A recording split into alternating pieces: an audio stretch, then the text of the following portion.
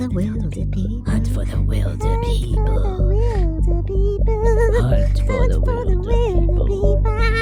Hunt for the wilder people.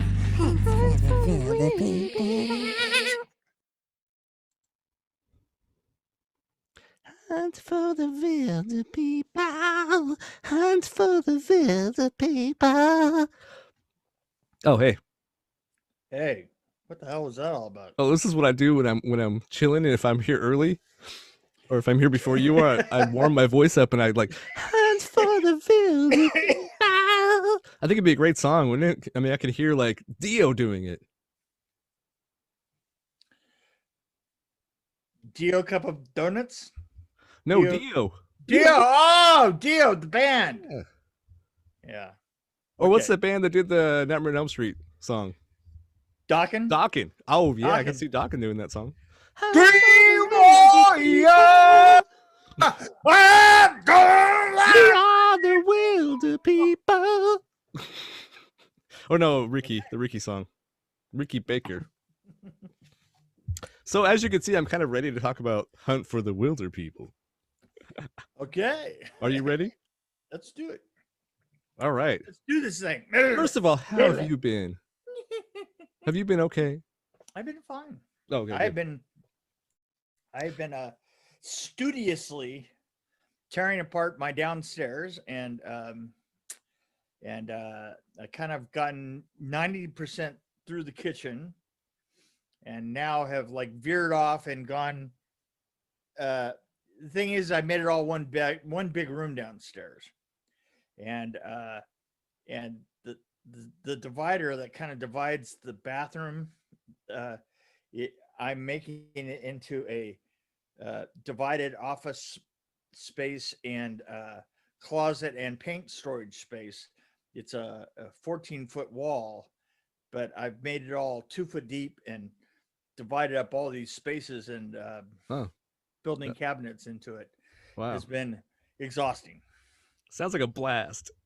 Yeah, it's just been a blast. Sounds like you're warming up for building a set or something. Yeah, I am. I am. Oh, I am. It's been fun. Oh, I am. So, is We don't have to read this. This week we watched Disney's Up. is that what that was? Yeah, it's about a grumpy kid, a grumpy Yeah, it's man with a kid grumpy old man. Oh, grumpy going old on man a with journey a kid. together. Going on a journey Oh. together. Yes, I get Yeah. it. You know, but, there were no balloons involved in this one though that I know of.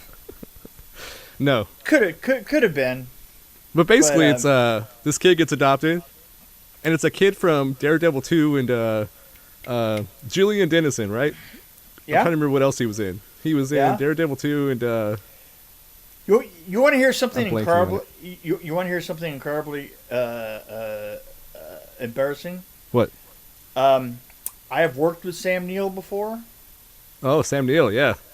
I've worked with him before, and the funny thing is at the end of this film, I turned to Paula and we watched it together, and I said, "Hey, you know that guy looked a lot like Sam Neill." And That's awesome. She goes, "You idiot! That was Sam Neill." It was Sam Neill. I said, "Well, yeah, but he looks like an old man." And then I said, "When I worked with him, he was young." And you were probably not older. Yeah, either. I probably wasn't any older either. Wow, it was really one of those. It was one of those bleh moments, you know. No, it was bad. It was bad. What'd you work with him on? All Or do you recall? I do indeed. Fever. Oh, okay. Film called Fever. Fever. With him. Armana Sante. Really? And I can't think of the name of the woman. She's a really good actress, though. Kind of a different Chloe Webb. Was it? No, it wasn't Chloe Webb. Look it up. I'm trying to. Fever. It wasn't. Oh, Open Window. Was it AKA Fever? I don't know. What year was this it? is 2006. No, That can't this be is it. a long time ago. Oh, here we go. Fever drama.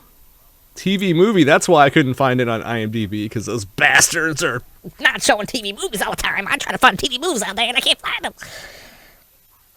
okay. Anyway, Wow. That's disturbing. so all I could find was it Jungle Fever. What?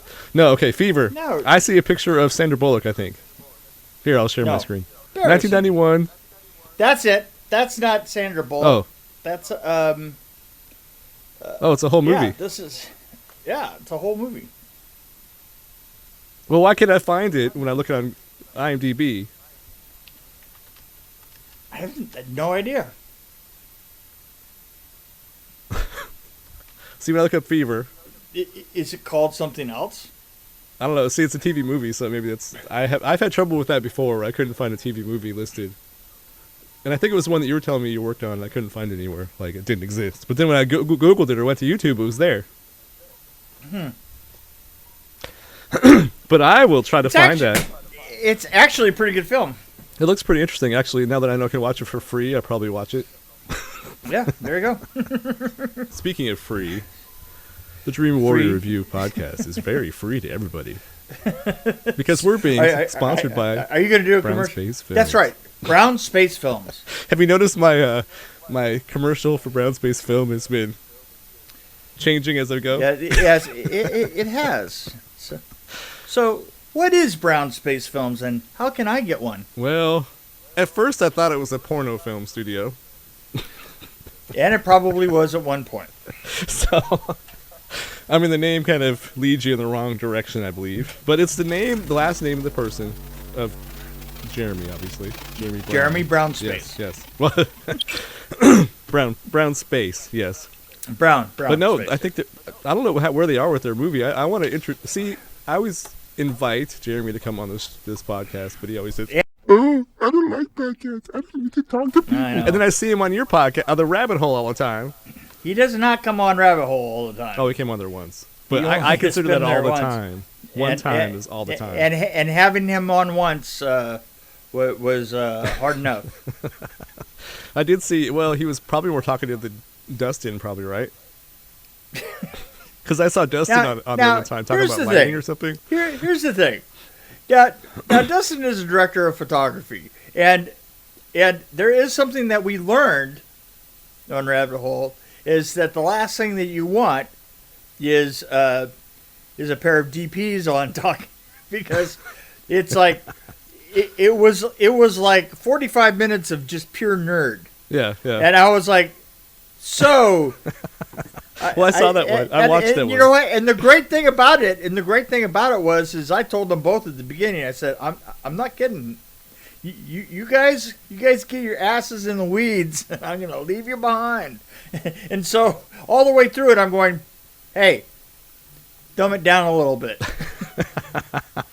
In fact, Well, dumb my it favorite down a part lot. was when the video looked so. Dustin's video looked so bad that you were like, Right, "Oh, the right, director of yeah. photography, nice That's video." right, exactly, right. You know, you're director of photography, and literally it looked like some schmuck, you know, trying to film with an iPhone in their living room, and holding it like this, and like, you know, like they're still living out of boxes and shit like that, and you know, the cereal bowl is sitting in a box in the corner, you know, like, God damn it, you know. Well, I will say that his work is really good, though. So his professional work is good. Yes, it is. But and this brings me, you know, in working, in doing Rabbit Hole, and having different guests all the time. Guests are a crapshoot. They really are. I mean, the thing is you can, like, all of a sudden have to work really hard, you know, with guests, and you don't even know it. Yeah, yeah. You all of a sudden, oh man, sometimes you get actors. Oh boy, it's really funny. Is we got Chris Mulkey on. Chris Mulkey was in Hidden, and I've worked on many things with Chris Mulkey. But yeah, he comes on and he's playing a guitar, and he was singing when we started. And it's like really bad singing too. I mean, and here's the thing. Kind of like my singing at the beginning. He is, yeah, but he is a really good guitar player, and he is a really good singer in his own group. But for some reason, he was out in his backyard. The wind was just wailing, and so you get that kind of thing all the time, and him with a guitar, and I was like, boy, this is rough, and then he so what I have to say is this is guests can be a wonderful addition, but when they're bad, there's nothing that you can do to save it. Yes, and I mean, there's nothing that I can do to save it. It's like, well, this one's going to go down hard. This is why I like those awkward TV hosts like Conan O'Brien or the guy from Ireland. I can't remember, blanking on his name. But I used to love Craig his talk Ferguson, show. of course. Because they were really good at awkward moments, like that the guest really sucked. They can make it funny Oh, yeah, somehow. right. You know, it's like, Yeah. They have a tendency to like just dig deep into it, right? right, yeah. To just go with that, right? And by the way, I've been meaning to bring this up. Have you noticed the different skill levels of all the late night hosts dealing with broadcasting out of their living rooms? It's Yes, like completely different. Yeah. It's a completely different thing. I mean, Yeah, absolutely. Seth Meyers turned out who I never really watched, his show, Seth Meyers, but he's really good when he's all alone. Yeah. Well, do you know know? who I like? Now, I wasn't a huge fan of Stephen Colbert. Yeah. When I But- watch him like doing his one-on-one with the camera kind of thing, just Right. chatting, I like Yeah. it. But here's the thing is it took him a while Yeah. to do it. It took him a while because you find most of them like have built-in pauses and reactions for the audience. Yeah. Yep, And it yep. took all of them several weeks to get rid of those reactions, to get rid of the pauses, to get rid of all that. But Seth Meyers was great because I don't think anybody ever paid any attention to him, even in the audience. And he's always been So- kind of awkward too, so. Yeah, and he's always and so the awkwardness really kind of completely worked for it, There is Noah. Oh, what is Trevor his Noah. name? Trevor Noah. Yeah. Trevor Noah. I love Trevor Noah. I certainly love The Daily Show, but without an audience, he sucks. See, I kind of like it, but I approach his show like a YouTube channel. Like, okay, this Yeah. guy's kind of cool. He'll say something funny, and I'll watch a 2-minute clip. So I Yeah. kind of take his show in like that. Right, And sometimes right. he has something really funny to say, but Yeah, watch. Yeah, he's the same though. He feeds off an audience, and I think he's definitely a comedian Yeah, that needs he's that. definitely he needs the audience. But he grew his hair out. It looks cool. But it is interesting to see how each one of them have dealt with these differences. Yeah. And James Corden, he got a little. So I guess I've been watching all these shows because Yeah. I'll get him on. I'll get him on YouTube like the next day. I'll watch them all like in one night. Yeah. So I just watch them all. And then like But- James Corden was really awkward in his garage for a while, and I think now he's Yeah. back in the studio, so he's a little bit more Right. comfortable. Yeah, But he was well, using yeah. sound effects, which I thought was kind of funny. I made a joke. Here's the sound effect. Like it is really interesting. Is all that there's a show on PBS, the news comedy show. It's a contest. What's my line? What? Like PBS. Yeah, NPR. Oh, okay. On the radio. I haven't listened to NPR for a while. Yeah, it's anyway, we have differences here. Yes. So, but the world someday will be back to normal, kind of. Well, you're really good with awkward people. I mean, I look at am? Me. I'm Yeah. really awkward. Yeah, but I have to tell you something. Is it wears after a while. It's like work is what it is. It really is. It is like work. It's like da, da, da. There's a guy. There's an Irish guy, Graham. I can't think of his name, but it's like when I have a guest that doesn't show up, I pull him in. Oh, Graham, are you talking about Graham Norton? No, no. No. I was gonna say if you had Graham Norton on the call, that'd be awesome. No. It's a guy that writes Ghoulies books. Oh, okay. He writes books about Ghoulies, and he's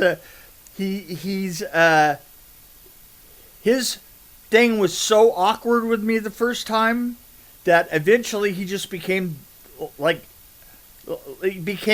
me and TJ, who doesn't normally talk very much in Rabbit Hole, but me and TJ just kind of like badgering him, right? And here's the thing: is we've done it 4 times now. Yeah.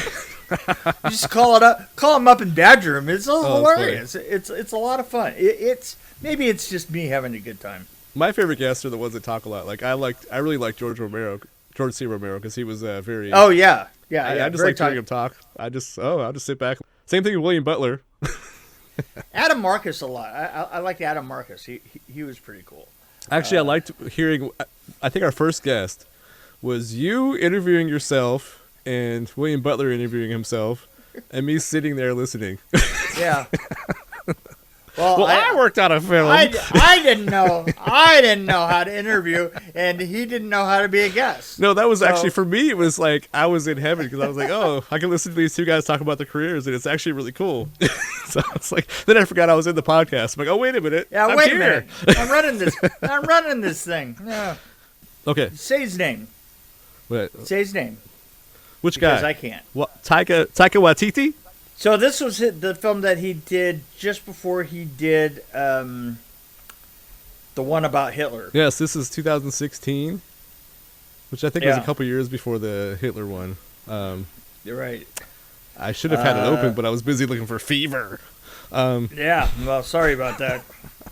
Actually, that's one reason I kept seeing this on Netflix, and I'm like, I never watched it, and then I'm a huge fan of Taika Waititi and all of his friends. Taika Waititi. Everybody. Yes. Haven't seen a movie I hated by him yet. Of course, he hasn't made a lot. Jojo Rabbit was the one that we were talking about. That was 2019, right. But that was still after What We Do in the Shadows TV series started. Brown Space Films. Well, and therefore the movie, which was before that, I have to say I like this film a lot. I mean, it took me a little bit to get into it, especially when one of my favorite characters died in it, almost immediately. I was like, oh, man. Yes, that was quite... actually, I knew nothing about this movie other than who was in it. That's all I knew. Me neither. I mean... So it was kind of a And shock. obviously, I didn't even know who was in it. If I didn't even know that I was watching frickin' Sam Neill, it's an old man now. Jesus. And then what's crazy, I didn't know, I was looking at his resume and I realized he directed Thor Ragnarok, and I'm like, really? Really? Yeah, do you know who he... And Wait he was a minute. the voice of that one alien, He right? was the voice of the alien. Yeah. He was the voice of the rock alien, which was amazing. But I didn't know he directed that. And I remember saying that this movie has a lot more humor in it than any of the other... what am I trying to say? Right, than the other Marvels. I'm actually making sure I was right about him directing that.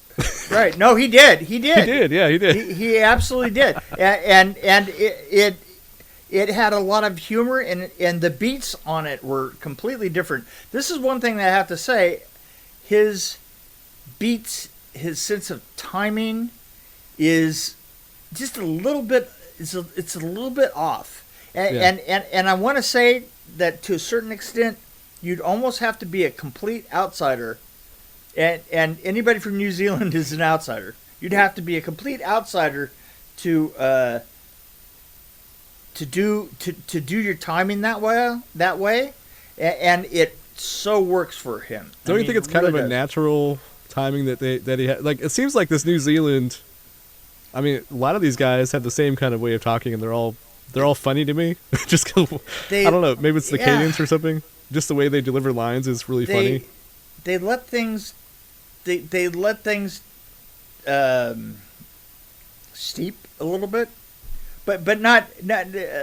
It's a timing. It's letting things develop just a little bit, and letting it go just a little bit longer than you think is correct and then landing it. You know, it's putting the accent to the laugh just a little bit further out of reach than normal, and it really works. Well, there's that other guy, the blonde guy that played the werewolf on Doing the Shadows. I can't pronounce his first name. It's Rhys. I'm not sure how you say that. Rise Darby. Right. I don't know. Right. But no, he. Every time I see that guy, he's just amazing, and like they all have that same like, yeah, like you said, it's like they have pauses that aren't normally where you. But see, might put them. And here's the thing: I've worked in New Zealand before, and the great thing that you learn about New Zealand is New Zealanders don't immediately come back at you. When you're talking back and forth, there's this pause that is expressed this way. And the thing that's great is the phrase has like 10,000 different meanings, right? Can be you're stepping on my foot.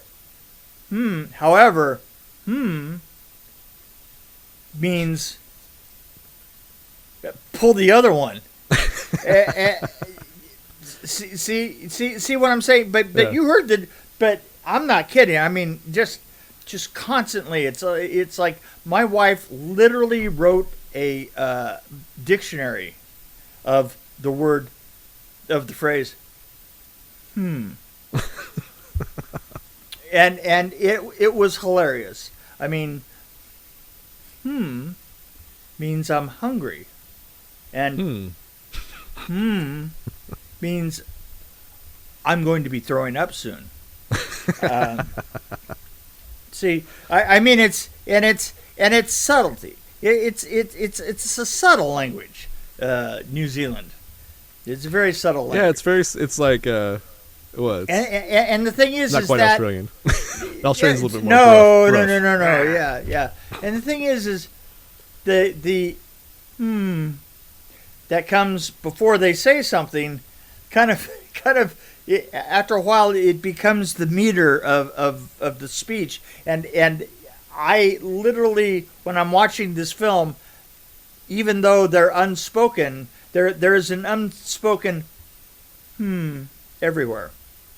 I can see that. Yeah. A little pause before they. Well, especially you saw that with the mom in this one. Right. Oh, exactly. Dawn, or I think her name was Dawn. Even, and she was the most talkative out of the bunch, but still, and that was Rima Tiwayata. I don't know how to say these names. Yeah, I know. Tell me about it. That's probably what she'll say when she hears me say it. Yeah, But anyway, no, she was awesome. Or she's dead.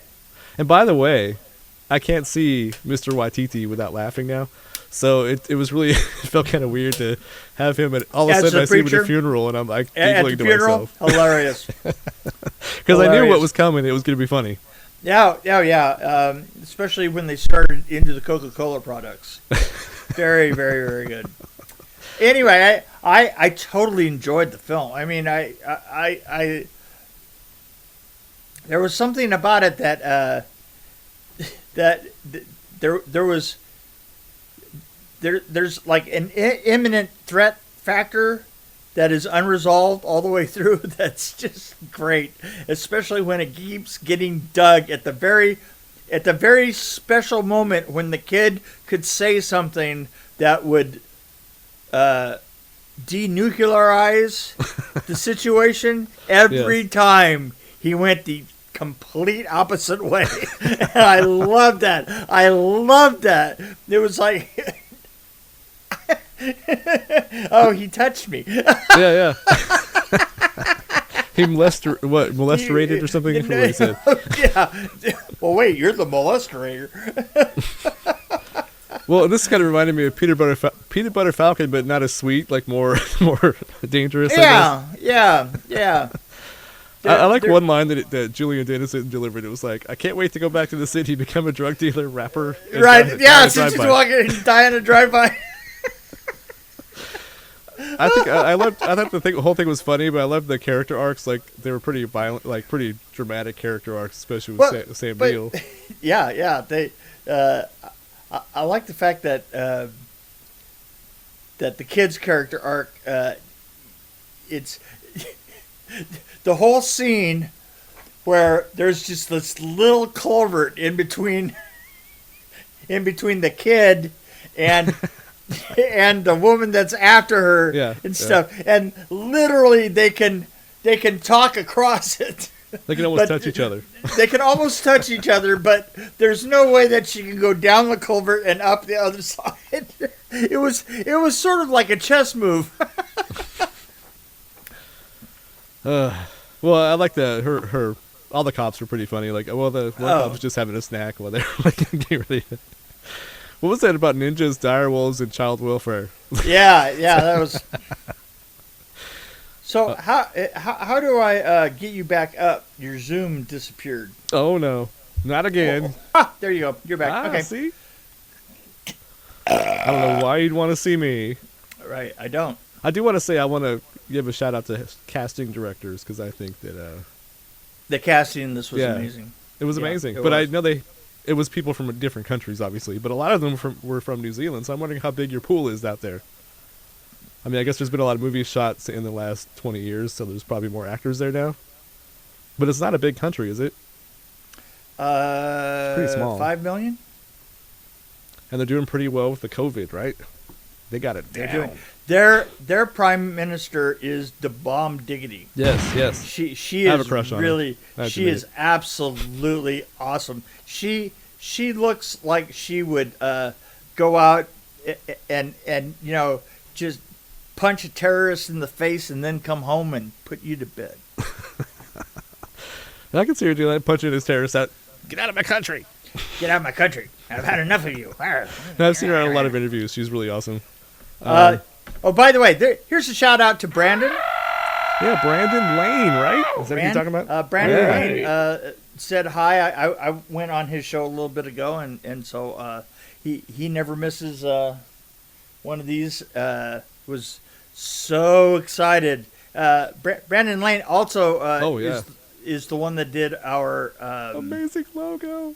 He did our logo. He did a great job. No, I also want to have him on our show sometime. I have to find a fun movie to review with him, but I think it'd be fun to have him on the show.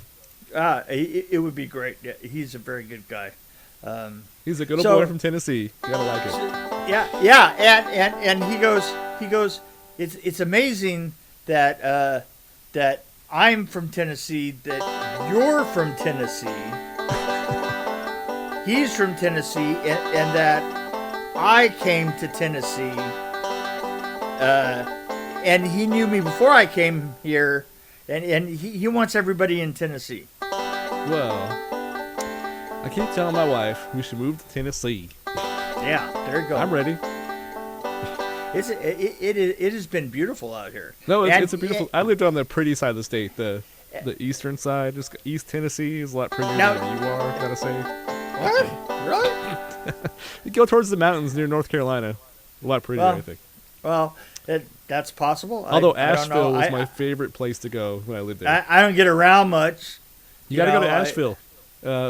Take your grandkids to Asheville, North Carolina. It's a really cool place. They were the Biltmore, where the Vanderbilts lived. Oh my God, that place is awesome.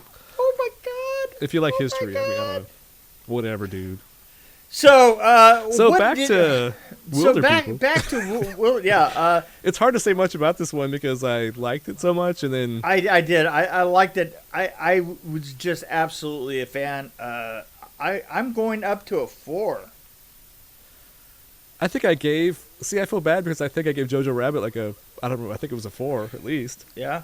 But yeah, I think I gave Jojo Rabbit a 4 or 5. I think I'm at a 4 too. I mean, I'm pretty much there. If it wasn't for Julian though, it probably would be a lower score. Like if it was a different kid. I think he pulled it through. Like he made it. He made it happen. He did make it happen. Absolutely. And he just has that natural talent that. And I have to say, I have to give a shout out to the woman, yes, and the man that were following him, that were after him. She was terrifying. That lady. She was great. I mean, she and her sidekick, which they were playing in Oliver, Laurel and party. It was like it was like the Bobbies back in the day. What am I it trying to think of? The silent movies with yeah, Keystone Arbuckle? Cops. Yeah, Oh, Keystone Fatty Cops. Arbuckle. Yeah. Yeah. Going way back to my childhood. No. So yeah, I guess I don't have anything else to say. This has been a short one. I don't. I loved it though. I really loved it. So, you go, girl. You go, girl, and see this movie. Is that what you're trying to say? And guys. And he's, and theirs, and this is, and us is, and I don't know, whatever your pronoun is, go see this movie. I respect pronouns. I'm just saying. There you go. Yeah, I just awkwardly said that. But anyway. Yeah, that was Go great. see the movie. That was great. Go see it. Go see it now. See, hopefully I'll get some hate mail or something. Then I can know people are listening. Well, you know the weird thing is you keep coming up on in different places, which really surprised me. I was like, really, the numbers that you and I that we have on our shows are a lot higher than we think. Yeah. A lot higher than we think. I want to fire like a math genius to figure this out for me because I can't figure it out. I can figure out how to edit video and do all kinds of stuff on computers, but I can't really figure out how to finding things. You know, who are our listeners? I don't know. Yeah, I Google who listens to Dream War Review. Well, like we used to say a long time ago, we used to say, it seems like people know who we are, right? And we had no idea why. So. It's anyway, all Mick Strawn, really, is what it is. Yeah. But, is that what it is? Yeah. Yeah. Right.